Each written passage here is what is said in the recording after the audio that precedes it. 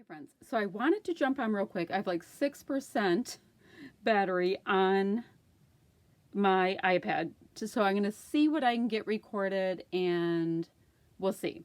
So I have this background paper that I really like. This is pretty cool. You know, it's just a teal and it has like a deeper green, almost like an evergreen diagonal. This paper, I'm okay about. So I'm going to use this for my background. I have this scrap and I have these two scraps. And I actually had this scrap as well. Sorry, that just zoomed right out. I have these scraps. Okay, so I know I want to use that.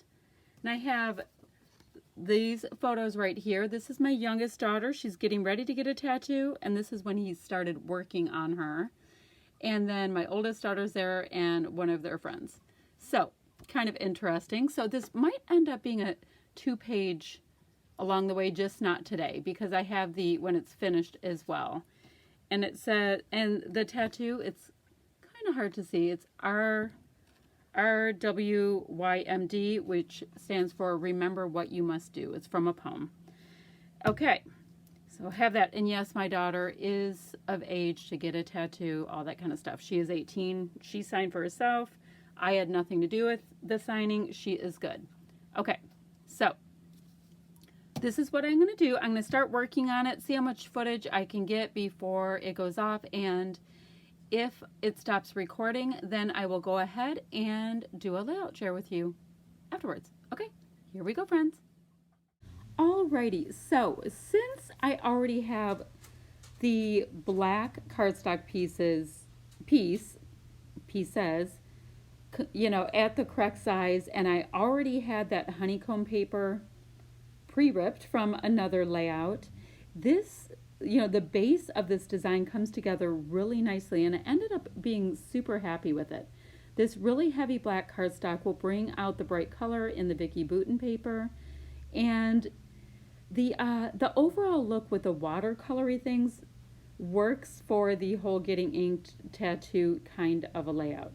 So next, I'm going to go ahead and use a piece of, I think this is Vicki Boutin washi tape. I think it is. I'm going to go ahead and use a piece of that right next to the black, which makes the black pop once again. And the color combination of brights with black is just, it is just the bee's knees. It's my very favorite. I've gone ahead and adhered those other two scrap pieces of paper on so that I have kind of a shelf sitting there for my photos to go on. And now I'm going to go ahead and take a look to see if there's a pattern paper I might like to go behind my photos.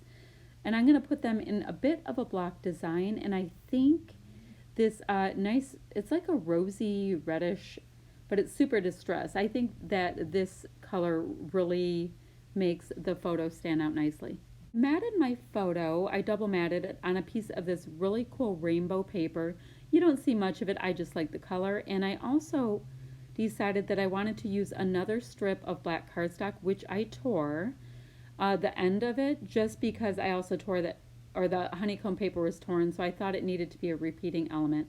So I went ahead and did that, and I'm going to pop my photo up on foam tape before I attach that to my layout.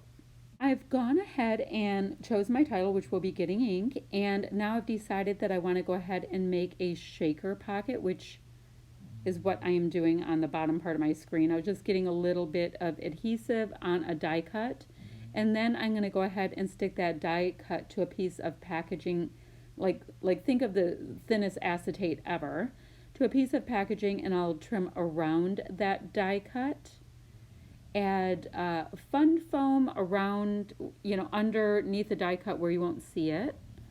Sprinkle in some sequins into that well. Put a piece of white cardstock behind that, glue it down, and voila, we have got ourselves a shaker pocket. I'm trying to show it to you a little bit close there that it does shake without getting you kind of nauseous. Then I will sit there and I'm trying to decide how I want that die cut at the top, because I really love that rosy color. And that's also the color that my photo is matted in, well, roughly the same color. So I'm going to go ahead and pop it up on top of part of the shaker pocket. And I do like that it's layered. I don't need all of the shaker showing. I just like the look of the movement that you get with a shaker. I found this great little Vicki Boutin sticker about wildflowers, so I went ahead and put that beneath the photo, which broke up a little bit of the black, but you can still see it, which I do dig. So now it's time to audition more of the die cuts and see where, the kind of placement that I might want or what kind of works to tell my story. Got to trim off my little bottom piece there. Isn't that paper cute on the backside? It's really, really cute, but we didn't really travel anywhere for Thanksgiving since it was at my house. So, yeah, I have 2 sheets of that piece of paper. I got to work on that still. So I'm going to go ahead and get my title attached. They are chipboard, so I'm going to have to go ahead and individually glue each letter down. Unfortunately, my camera did cut out, but you can see that I went ahead and tucked in some of the Vicki Boutin flowers here and there. A few tiny words, they're not called tiny words, but little words from Vicki Boutin. I added some enamel dots that were satin, shiny, and matte, and a couple sequins, and that pretty much wrapped up my layout. I hope you like what I did today, and I thank you guys so much for watching. Bye-bye now.